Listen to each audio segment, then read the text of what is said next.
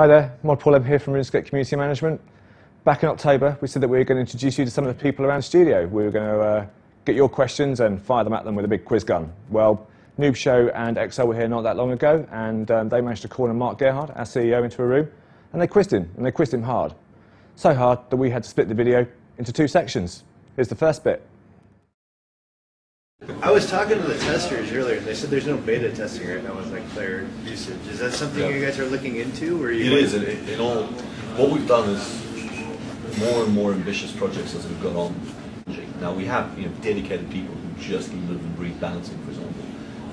But I'm sure you can imagine that there's thousands, sometimes even millions of permutations, depending on what it is. So for something like that, sure, betas would be brilliant. It's technically possible. We're talking about it. We don't have a timeline it's going to come out, but I think, yeah, as we get along, we'd like to get to the point where we can start featuring certain bits of very complex content. How much influence and monitoring do you do on competitive games like yours? And how does that affect you for advancement in ideas and technologies? Good question. I would say most, if not all, of the staff here are avid gamers, and not just playing RuneScape, but we typically own multiple consoles, play across that spectrum, and avidly play our competitors' games.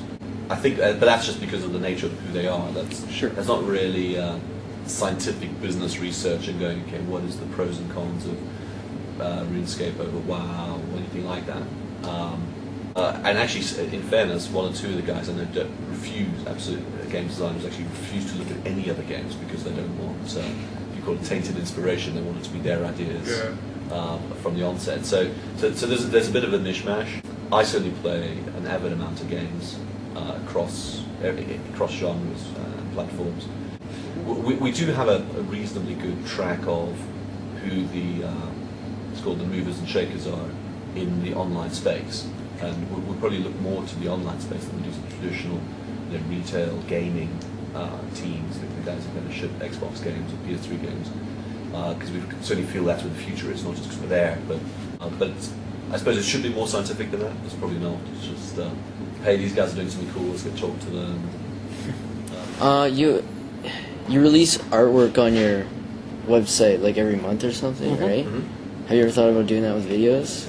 Like displaying something? Well, we've actually now got, for the first time ever again, a full-time video editor on board. Oh, you did? Who's snowed under. She's only been with us for about 3 months. Yeah, so we've got someone on board.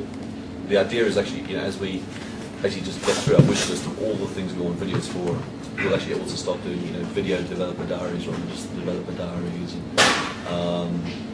And I think, at some point we'll actually start having enough catalog to start offering it out, rather than just player art, to actually start giving video art. Can you tell us any details about Mexscape? When it's coming out? What it's going to be about? Or Stellar Dawn? Is it Stellar Dawn now? No. but that's an easier one to answer because I don't know.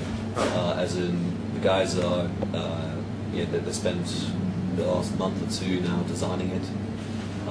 We're in the final stages of the design. Some really good prototypes out there. I think the final design will probably be locked down in this month, I expect. We've decided on the game we're going to build, and once that's locked down, then we can say, all right, now let's cost it. How many 100 hours to build this? How many 100 hours to build that? And we put our team into the thing. We get a resource plan. It could be that big. That big, hopefully. So I don't know. It's the honest answer to that. So you mentioned the you're looking at console gaming. Are you looking at maybe adding a part to the game where it's more high definition? The Jagex way of doing things is we build it first and we talk about it afterwards. We certainly have the ability to bring our product to the consoles. We're licensed developers for all of the consoles.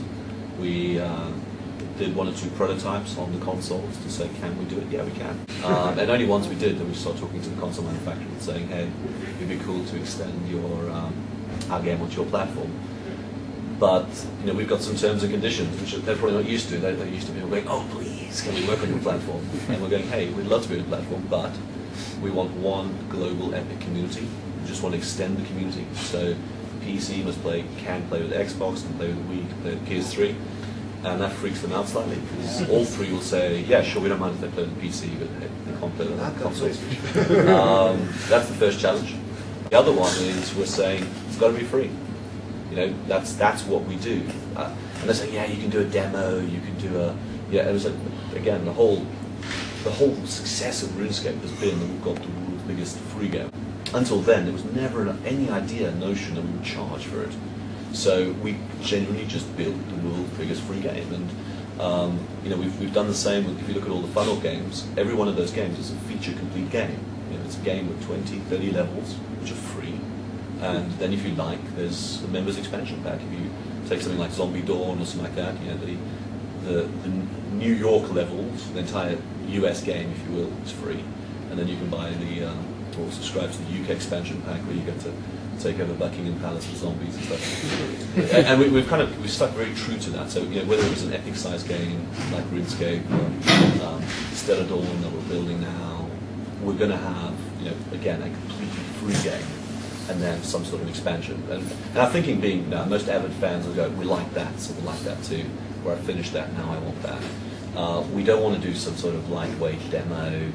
And again, the console guys aren't ready for that. They're going, free, that's scary. We've never given anything away for free. Yeah. But we're saying, that's okay. So those are the two things. Let us put our free game on there. Yeah, we're not going to segment our community. And then I think when they come around, we'll be on the console. Are you going to bring back the wild? No.